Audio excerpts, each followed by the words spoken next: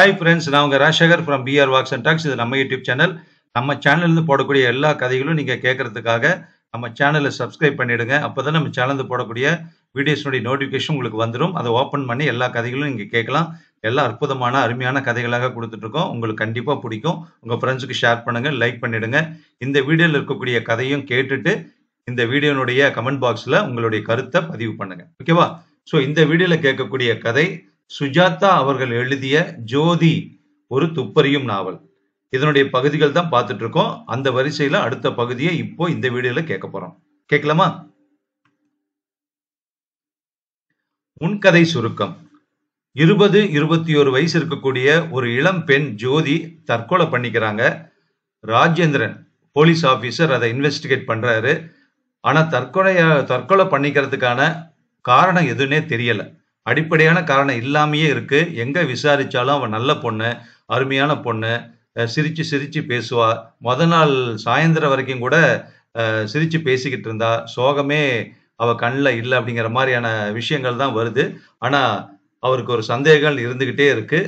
அது என்ன அப்படிங்கறதெல்லாம் இந்த பகுதியில தெரிய வரும். கேட்கலாமா? அத்தியாயம் 8, பகுதி 2. இன்குவெஸ்டுக்கு ஏற்பாடு பண்ணிவிடலாம் சார் என்றார் கல்யாணராமன். செய்யுங்க, தற்கொலை தானே? ராஜேந்திரன் யோசித்தார். அவர் மனதில் ஏன் ஏன் என்ற அனந்தின் கேள்வி எதிரொலித்தது. மாத்திரை முழுங்கியிருக்கா? மாத்திரை சீசா அங்க இருந்தது காலியாக. தற்கொலை பண்ணிக் கொள்வதாக கடிதம் எழுதியிருக்கிறாள். Clear case sir. இந்த லெட்டர் காட்டிடலாம். But why? அம்மா, அங்க என்ன சத்தம்? யார் அந்த ஆளு? பத்திரிக்கை ஆசாமி சார். ஆஸ்பத்திரியில கேஷுவாலிட்டியில சுத்துவான். செய்தி வேணுமா? சார், இந்த பரிதாப சாவு தற்கொலையினால தானே என்றான் அந்த நிருபர். பஸ் டிக்கெட் ஒன்றில் எழுதி கொள்ள தயாராக இருந்தான். ராஜேந்திரன் அவனை முறைத்து பார்த்தார். உங்களுக்கெல்லாம் பரிதாப சாவு எப்ப வரும் என்று கேட்க நினைத்தார். கல்யாணராமன், இன்குவெஸ்டுக்கு ஆள் சேருங்க. நான் 1 மணில திரும்பி வர்றேன். மிஸ்டர் அனந்த், வாங்க. ஆஸ்பத்திரிக்கு வெளியே காலி பாட்டில்களை பரப்பி சிலர் விற்று கொண்டிருந்தார்கள். எல்லோரும் எல்லா திசையிலும் நடந்து கொண்டிருந்தார்கள். ஒரு நர்ஸ் மலையாளத்தில் இன்னொருத்தியுடன் சிரித்துக் கொண்டிருந்தாள். எதிரே நடந்து ஒரு காஃபி ஓட்டலில் நுழைந்தார். அவரை பார்த்ததும் முதலாளி நிமிர்ந்து வாங்கோ என்றார். டே பையா, டேய் சார கவனி. 2 காஃபியா? அனந்து பார்க்காமல் உட்கார்ந்தான், குருடன் போல. டெல் மீ அபவுட் ஜோதி என்றார் அவர். என்ன? அவள் என்ன செய்து கொண்டிருந்தாள்? ஏதாவது வேலைக்கு செய்து கொண்டிருந்தாளா? சமீபத்தில் இல்லை. ஒரு விளம்பர கம்பெனியில் இருந்தாள். டைபிஸ்டாகவோ எதுவோ விட்டுவிட்டாள். அப்புறம் ஏதேதோ பார்ட் டைம் வேலைகள் செய்து கொண்டிருந்தாள். அவளுக்கு ஒரே சமயத்தில் எத்தனை கற்றுக்கொள்ள ஆசை! பரதநாட்டியம், கதக், ஆர்ட் என்பாள், வீணை என்பாள், பிரெஞ்சு என்பாள், யோகா என்பாள். நேத்து எப்போது அவளை கடைசியாக பார்த்தீர்கள்?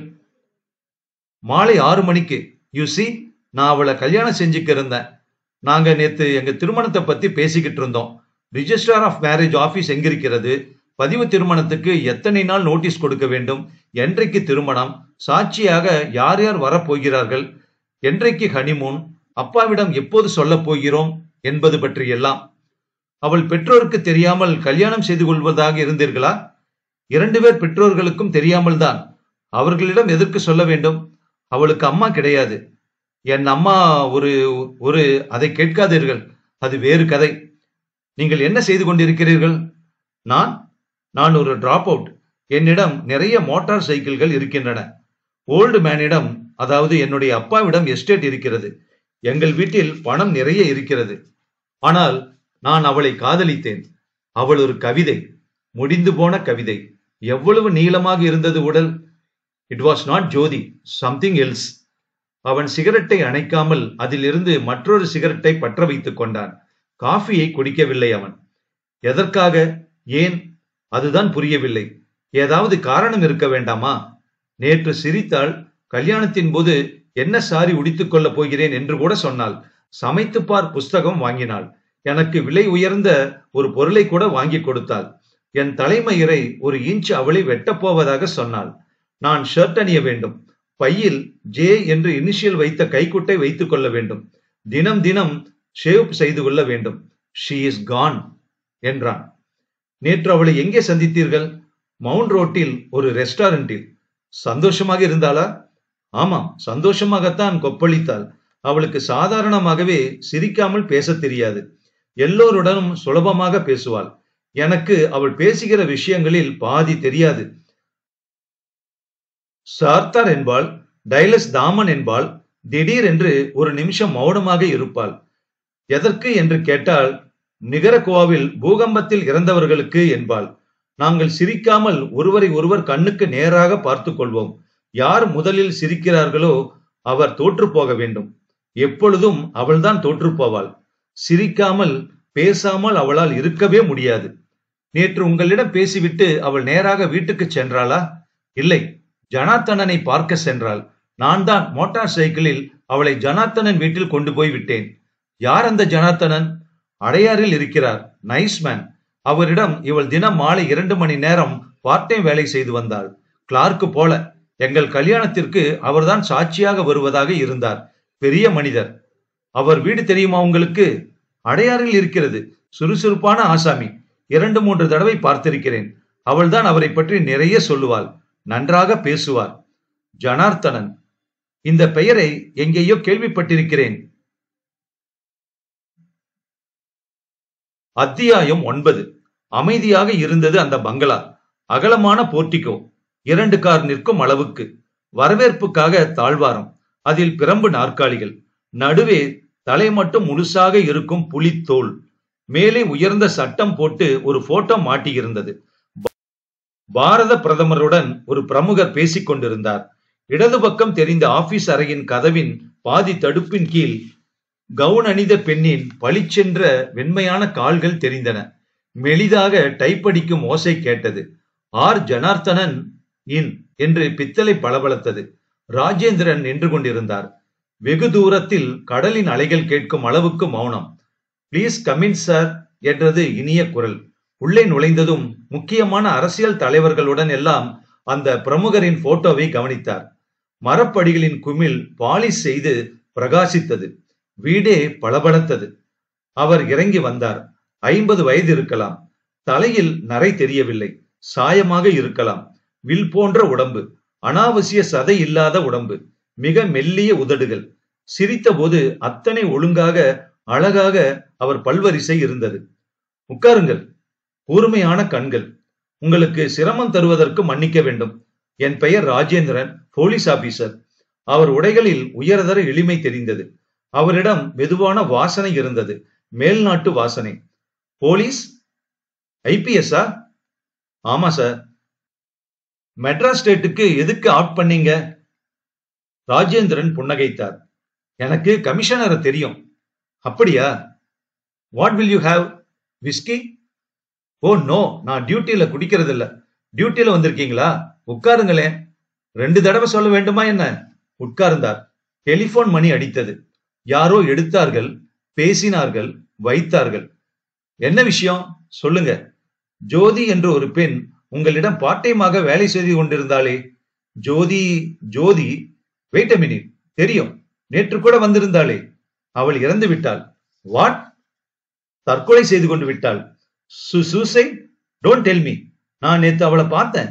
நேற்று மாலை. தற்கொலையா? என்ன விபரீதம். சேச்ச. அவள் எத்தனை மணிக்கு இங்கு வந்தாள்? சுமார் 6 மணி இருக்கும். Anything unusual? எப்போதும் போல்தான் இருந்தாள். சில காகிதங்கள் டைப் அடித்தாள். ராமாமிர்தம், ராமாமிர்தம். பணிவுடன் ஒரு ஆள் வந்து ஐயா என்றான். பேங்குக்கு போயிட்டு வந்துறேன். கார் இருக்கா? இல்லைங்க ஐயா, வெளியே போயிருக்கு. நீ டாக்ஸில போயிட்டு வந்துரு. சாரி, என்ன கேட்டீங்க? எத்தனை மணிக்கு அவள் இங்கிருந்து போனா? யோசித்தார். சுமார் 7-7:30 போயிருப்பா. அதிக வேலை இல்லை இங்க. அனுப்பிட்டேன். Silly girl. இங்கிருந்து அவள் எங்கே போனாள் என்று தெரியுமா? நான் கேட்கவில்லை. நான் கிளார்க்குகளுடன் அதிகம் பேசுவதில்லை. This Jothi is a good girl. அவள் தான் அடுத்த மாசம் காதல் கல்யாணம் செய்து கொள்ள போவதாக சொன்னாள். Rich boy. கிருஷ்ணானு காஃபி எஸ்டேட் ஓனருடைய பையன். என்ன சாட்சியாக ரிஜிஸ்ட்ரார் ஆபீஸுக்கு கூப்பிட்டு இருந்தார். ஆமா. By the way, why suicide? நீங்கள் ஏதாவது சந்தேகிக்கிறீர்களா? இது காரணமில்லாத தற்கொலையாக இருக்கிறது. என் அனுபவத்தில் தற்கொலைக்கு பின்னணியாக அதீதமான சோகத்தை பார்த்திருக்கிறேன். தெரிந்தவர்கள், பழகியவர்கள் யாரை விசாரித்தாலும் அவள் நேற்று மாலை வரை கூட சாதாரணமாக, இயல்பாக, ஏன் சந்தோஷமாக இருந்திருக்கிறாள் என்பது தெரிகிறது. திடீரென்று தன்னை எதற்கு அழித்துக் கொண்டிருக்கிறாள் என்பது புரியவில்லை. பெண்கள் என்றார் அவர். தூக்க மாத்திரைகளை விழுங்கிவிட்டாள். சொச்சோ, ரொம்ப நல்ல பெண் அவள். அப்படித்தான் எல்லோரும் சொல்கிறார்கள். 7:30 மணிக்கு இங்கிருந்து சென்றாளா? உங்கள் காரில் கொண்டு போய் விட்டீர்களா? இல்லை. வாட்ட பிட்டி. உங்களிடம் அவள் என்ன வேலை செய்து கொண்டிருந்தாள்? சொன்னேனே, கிளார்க்கு போல. டைப்பிங், கொஞ்சம் மொழிபெயர்ப்பு செய்வாள். எனக்கு விதவிதமான இன்ட்ரெஸ்ட். ராஜேந்திரன் நிமிர்ந்து அந்த போட்டோக்களை பார்த்தார். நான் ஒரு விதமான சமூக சேவகன். லயன்ஸ் கிளப், அந்த சொசைட்டி, இந்த சொசைட்டி, இப்படியெல்லாம். அப்படியா?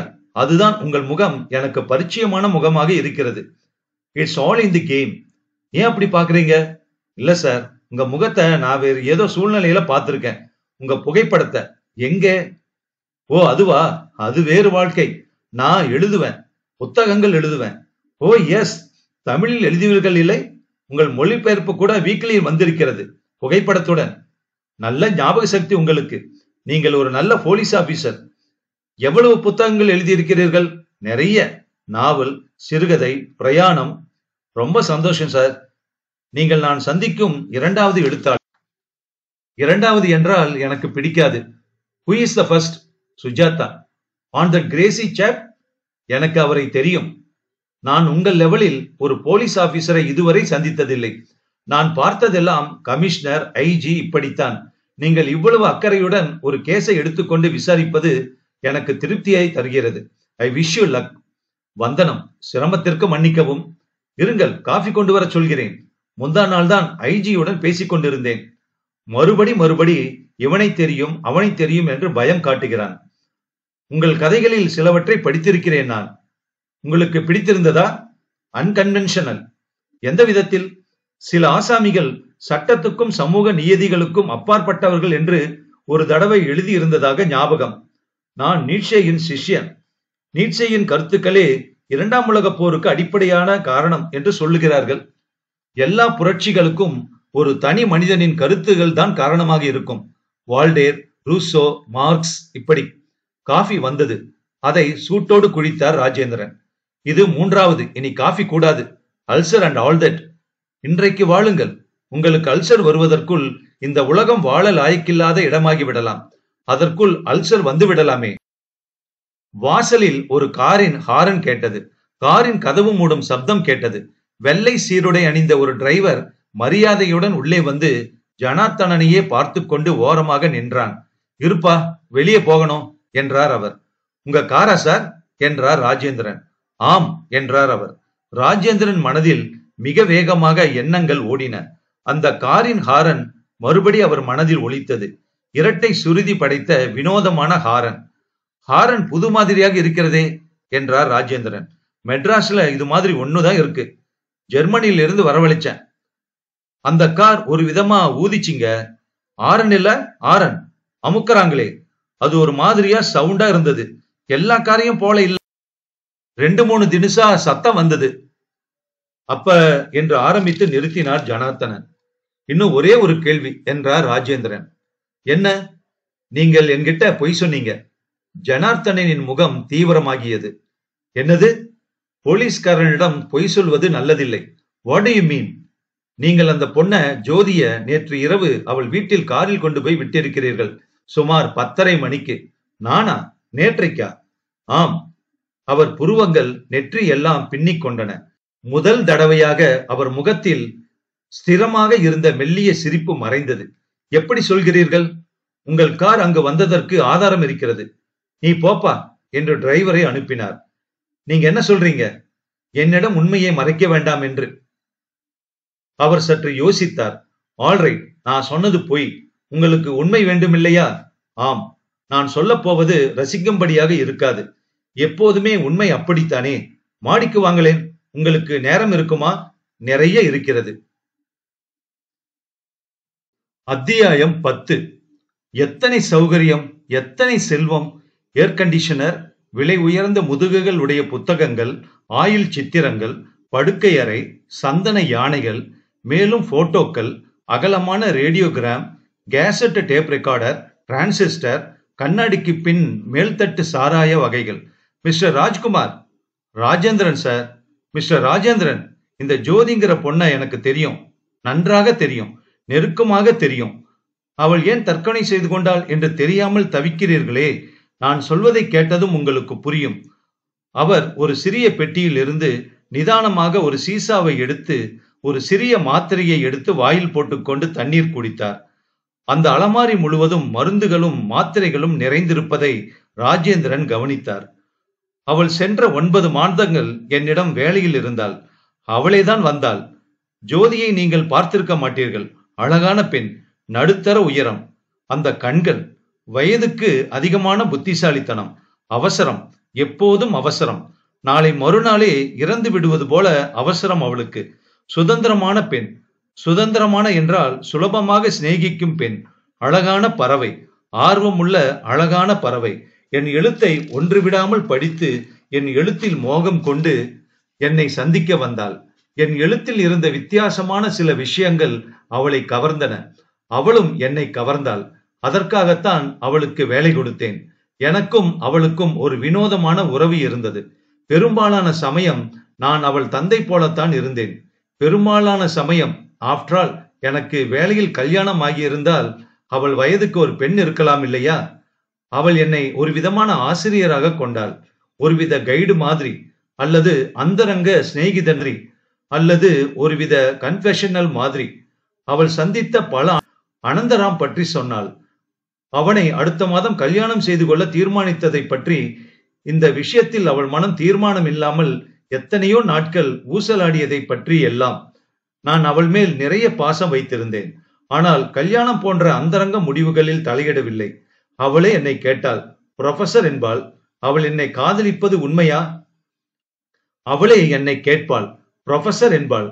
அவன் என்னை காதலிப்பது உண்மையா? அவன் கல்யாணம் கல்யாணம் என்று வற்புறுத்துவது எனக்காகவா, இல்லை என் அழகுக்காகவா, இல்லை என் உடலுக்காகவா?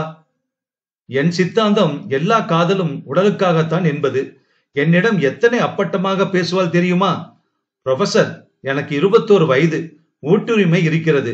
எனக்கு இன்னும் அதை பற்றி ஒன்றுமே தெரியாது. நான் ஒரு வெர்ஜின் என்று கூறுவாள். நீங்கள் சைக்காலஜி படித்திருப்பீர்கள் என்று நினைக்கிறேன் இன்ஸ்பெக்டர். அவளுடைய அப்பன் 2வது கல்யாணம் செய்து கொண்டு இவளிடம் பணம் கேட்டு எழுதும் கோழை.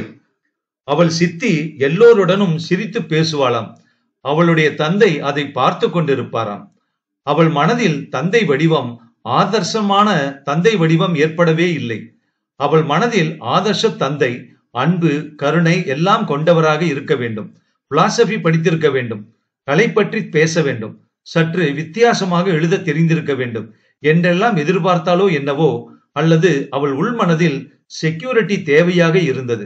தன்னை விட அதிக வயதான அனுபவம் உள்ள புத்திசாலித்தனமான துணை தேவையாக இருந்திருக்கிறது அவளுக்கு.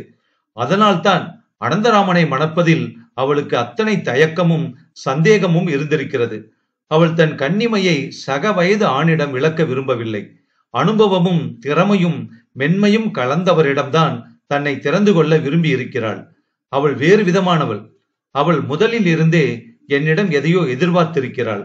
அவள் மேல் மனதின் எதிர்பார்ப்புகளை மீறி உள்ளூர என் மேல் ஆசை கொண்டிருக்கிறாள். அந்த ஆசை சமூக நியதிகளுக்கு புறம்பான தப்பான ஆசை என்று தெரிந்தும் அதை வளர்த்திருக்கிறாள்.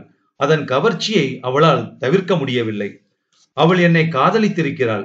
அதற்கு பயந்துதான் அனந்தராமனை கல்யாணம் செய்து கொள்ள அவசரமாக முடிவு செய்து விட்டாள். மேம்போக்காக சந்தோஷம் காட்டி என்னை அவனுக்கு அறிமுகப்படுத்தி பதிவு திருமணத்துக்கு என்னை அழைத்து திரும்ப திரும்ப அந்த ஆசையை சொல்ல முற்பட்டிருக்கிறாள். தனக்கும் இந்த உலகத்துக்கும் இந்த விபரீத ஆசை தப்பு, அதை நான் வென்றுவிட்டேன் என்று ஊர்ஜிதப்படுத்த அந்த ஆசையை அவள் வெல்லவில்லை. நேற்று அவள் வந்தபோது அது இயல்பாக நிகழ்ந்தது. அவள் வந்தாள். சில கடிதங்கள் டைப்படிக்க சொன்னேன். செய்தாள். வீட்டில் ஒருவரும் இல்லை. சற்று நேரம் படிக்கச் சொன்னேன். டைலன் தாமஸின் கவிதைகளை படித்தோம். நாளையிலிருந்து நான் வேலைக்கு வரப்போவதில்லை என்று சொன்னாள். ஏன் என்றேன். இனி உங்களை பார்ப்பது தப்பு என்றாள். அப்புறம் அவள் கல்யாணம் என்றால் என்ன என்று கேட்டாள். ஒரு கிளாஸ் பீருக்காக பீர் கடையையே வாங்குவது என்று கூறினேன். சந்தோஷம் என்றால் என்ன என்று கேட்டாள். The absence of pain, something to do, something to love, and something to hope for. பாவம் என்பது என்ன என்றால், பிறருக்கு துன்பம் தருகிற எந்த விஷயமும் பாவம், மற்றதெல்லாம் பாவமில்லை. சென்ற கணங்களில் நிகழ்ந்தது சென்ற கணங்களுடன் பொய்யாகி விடுகிறது. இதோ நான் உன்னை தொடுவது பொய், ஏன் நான் உன்னை தொட்டாகிவிட்டதே. தொட்டு உடைகளை விளக்குவது பொய், ஏன் விளக்கியாகிவிட்டது. மன்னிக்கவும், உணர்ச்சி வசப்பட்டு விட்டேன். அவள் மிக இயல்பாக என்னிடம் வந்தடைந்தாள். மிக இயல்பாக எனக்கு தன்னை அளித்தாள். என் மார்பில் அவள் குழந்தை போல் படுத்துக் கொண்டிருந்த போது அவள் தேடியது எல்லாம் அலையும் இலக்கில்லாத அவள் மனதுக்கு நிம்மதி தர ஒரு பரந்த வயதான மார்பு. திடீரென்று அவள் அழ ஆரம்பித்தாள். நான் செய்தது தப்பு என்கிற எண்ணம் மறுபடி அவளை ஆக்கிரமித்துக் கொண்டிருக்க வேண்டும். மிகவும் அழுதாள். நான் பேச்சில் அவளை சமாதானப்படுத்தவில்லை. அவளை சற்று நேரம் அழ அனுமதித்தேன். அவள் விசும்பல்கள் மெதுவாக தணிந்தது. புடவையை உடுத்திக்கொள், நான் உன்னை அறையில் கொண்டு போய் விட்டு விடுகிறேன் என்று கூறினேன். என்னுடன் பேசவே இல்லை. இயந்திரம் போல் என்னுடன் வந்தாள். அவளை நான் அறையில் விட்டு வந்தேன். அவளாக என்னிடம் வந்தாள். அவளே இதில் தப்பில்லை என்று ஒப்புக்கொண்டாள். ஆனால் இம்மாதிரி தற்கொலை செய்து கொள்வாள் என்று நான் எதிர்பார்க்கவில்லை. மிக சிறிய இந்த குற்றத்துக்காக, குற்றம் கூட இல்லை, ஒரு விதமான ஆர்வ தணிப்பு, சுதந்திரமான பரிசோதனை, இதற்காக வருத்தப்பட்டு தன்னிறக்கத்தில் தற்கொலை செய்து கொள்வாள் என்று ராஜேந்திரன் யோசித்தார். இது குற்றமில்லை என்கிறீர்களா நீங்கள்? எது? அவள் என்னிடம் வந்ததா என்றார் கோபத்துடன். இல்லை, வந்த பின் நடந்தது. ஒரு கல்யாணமாகாத பொண்ணுடன் உடலுறவு கொண்டது. அதில் தப்பில்லை என்பது பற்றி எனக்கு அக்கறை இல்லை. ரேப் என்பது குற்றம்தான். இது சம்மதத்துடன் நிகழ்ந்த விஷயம். In fact she induced me. Rajendran மௌனமானார். சாரி, இதுதான் நிஜம், கசப்பான நிஜம். அதனால்தான் நான் இதை முதலில் உங்களிடம் சொல்லவில்லை. இறந்து போனவர்களை அவமானப்படுத்துவதாக ஆகிவிடுமே என்று கவலைப்பட்டேன். ஆனால் நீங்கள் நான் பொய் சொல்கிறேன் என்று நிரூபித்தவுடன் சந்தேகங்கள் தெளிவாவதற்கு உங்களிடம் உண்மையை உரைக்க வேண்டியதாகிவிட்டது. I am sorry. அவள் அப்படிப்பட்ட பெண். வேறு ஏதாவது தெரிய வேண்டியிருக்கிறதா உங்களுக்கு? ராஜேந்திரன் இல்லை சார் என்றார். இப்போது உங்களுக்கு அந்த தற்கொலையின் அர்த்தம் புரிகிறதா? யோசித்துக் கொண்டிருந்த ராஜேந்திரன் அந்த கேள்விக்கு பதில் கூறாமல், நான் வருகிறேன் சார் என்று கிளம்பிவிட்டார். அத்தியாயம் 11. மறுதினம் ராஜேந்திரன் மவுண்ட் ரோட்டில் இருந்த மாவட்ட நூலகத்திற்கு சென்று கத்தையாக ஜனார்த்தனனின் புத்தகங்களை சேகரித்துக் கொண்டு ஓர் ஓரத்தில் போய் உட்கார்ந்து கொண்டு 3 மணி நேரம் படித்தார். அதன் பின் புத்தகங்கள் பதிப்பிக்கும் ஒரு அலுவலகத்திற்கு சென்று விசாரித்தார்.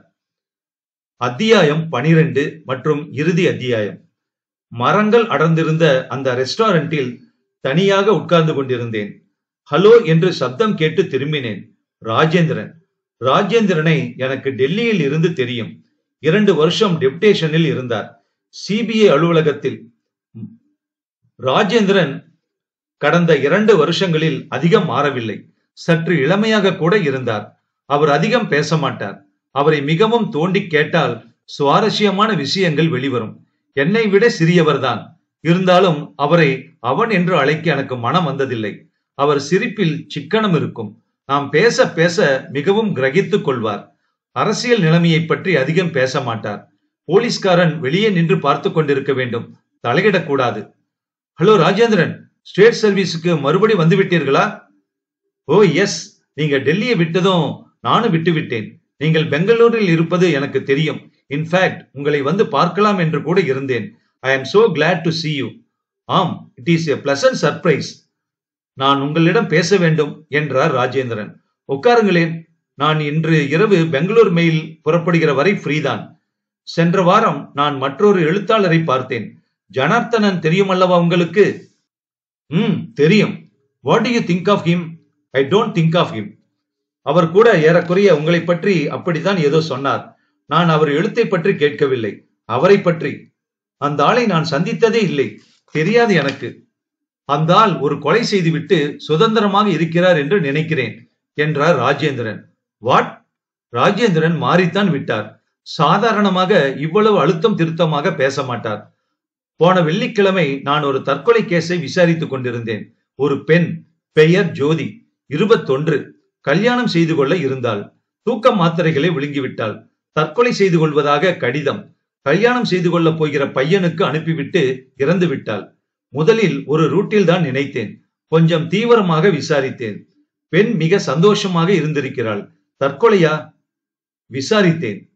இந்த ஜனார்த்தனனிடம் அவள் வேலைக்கு இருந்திருக்கிறாள். அவரை பார்க்க போனேன். எனக்கு ஐஜியை தெரியும், கமிஷனரை தெரியும் என்று கூறினார். அந்த ஆள் ஒரு phoney. Is a correct bastard. என்ன ஆயிற்று ராஜேந்திரன்? என் இனிய நண்பரும் இந்தியன் போலீஸ் சர்வீஸை சேர்ந்த கடமை உணர்ச்சி மிக்க இளம் ராஜேந்திரன் விவரமாக என்னிடம் சொன்னதைத்தான் சென்ற அத்தியாயத்தில் என் வரிகளில் சொல்லி இருக்கிறேன்.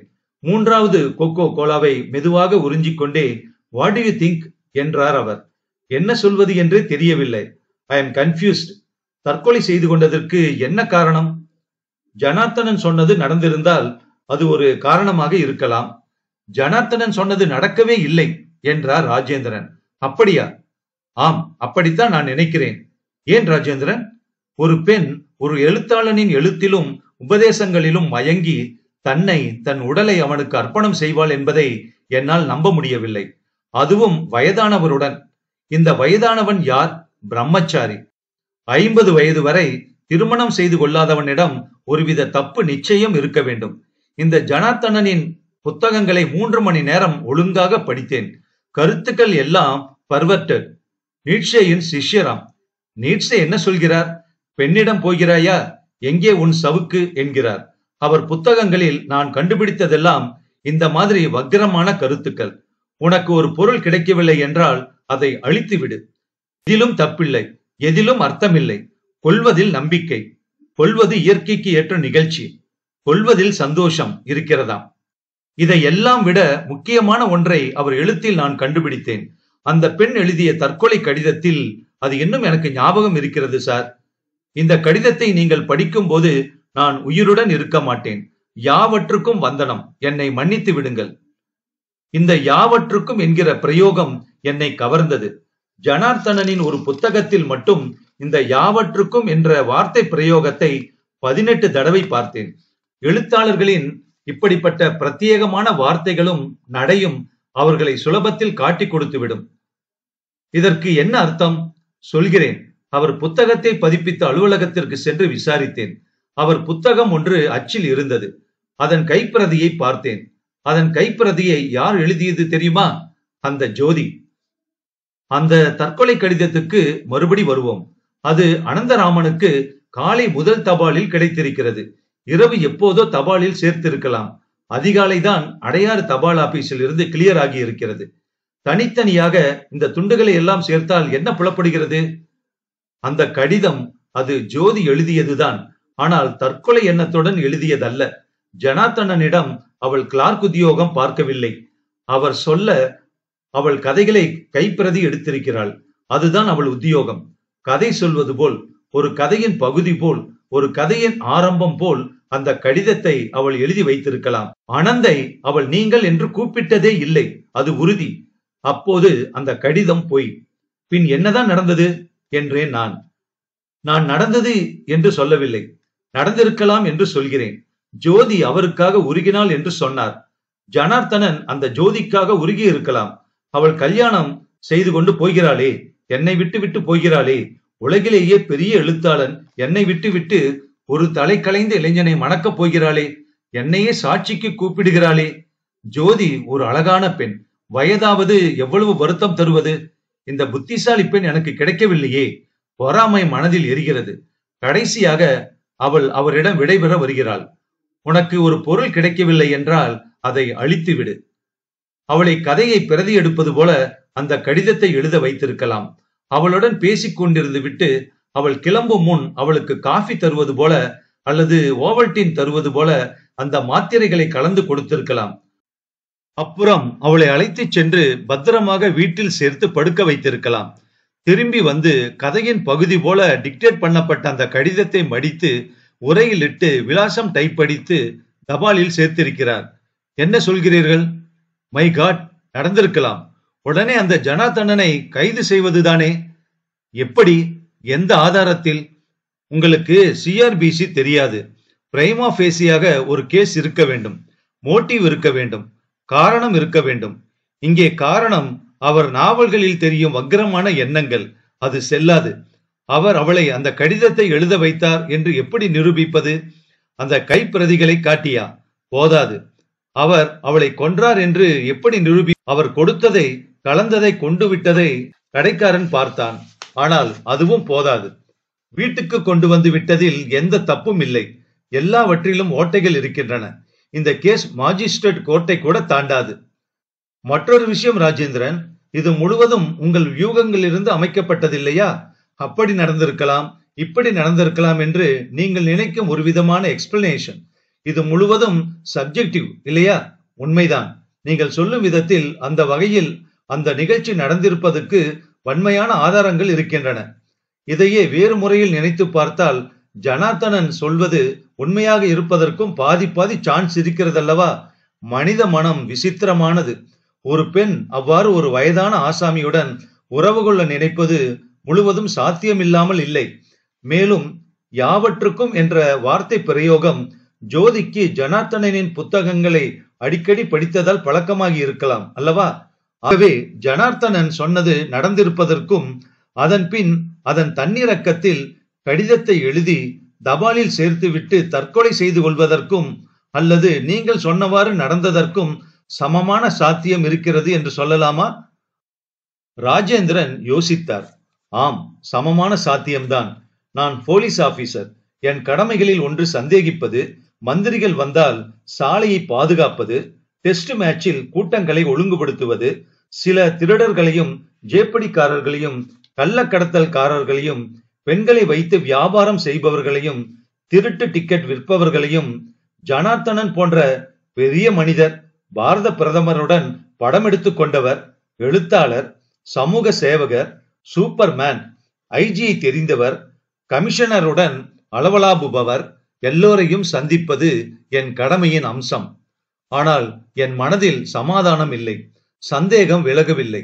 அந்த ஜனார்த்தனனை அவருடைய பிரமுகத்தனத்தை எல்லாம் உதிர்த்து விட்டு தனியாக என்னிடம் சில மணி நேரங்கள் விட்டால் போதும்.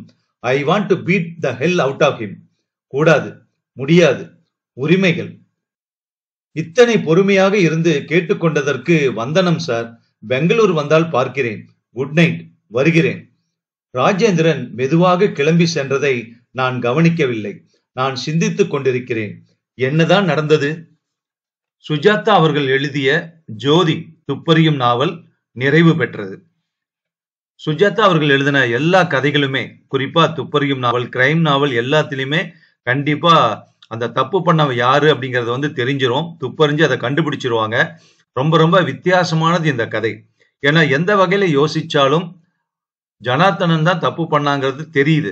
ஆனா அதே நேரத்துல எந்த வகையிலுமே அவன் சிக்காத மாதிரி இருக்கு. ஆனா அதை சாட்சி இல்லை அப்படிங்கிற ஒரு காரணத்தினால அவனை கைது பண்ண முடியல அப்படிங்கிறத ராஜேந்திரன் சொல்றாரு. அது உண்மைதான். ஏன்னா எந்த ஒரு ஆதாரமுமே இல்லையே, சந்தேகம் மட்டும்தான் இவருக்கு இருக்கு. அப்ப ஒரு போலீஸ்காரரோட கடமை என்ன அப்படிங்கறத அழகா அந்த கடைசி அத்தியாயத்துல ராஜேந்திரன் சொல்றதாக இருக்கு. அந்த கடைசி அத்தியாயம் முழுக்க சுஜாதா அவர் நான் அப்படின்னு சொல்றது தன்னிலைப்படுத்தி சொல்லக்கூடியது அவர் தான். ஏன்னா ராஜேந்திரனுக்கு பிடித்த முதல் எழுத்தாளர் சுஜாதா அப்படின்னு ஒரு இடத்துல அவரே சொல்றாரு. அதனால ஒரு அகஸ்மாத்தாக சுஜாதாவை சந்திக்கிறப்ப அந்த கேஸை பத்தி அவர் டீல் பண்றாரு. அப்ப சுஜாதா சொல்ற மாதிரி அந்த அந்த கடைசி அத்தியாயம் இருக்கு.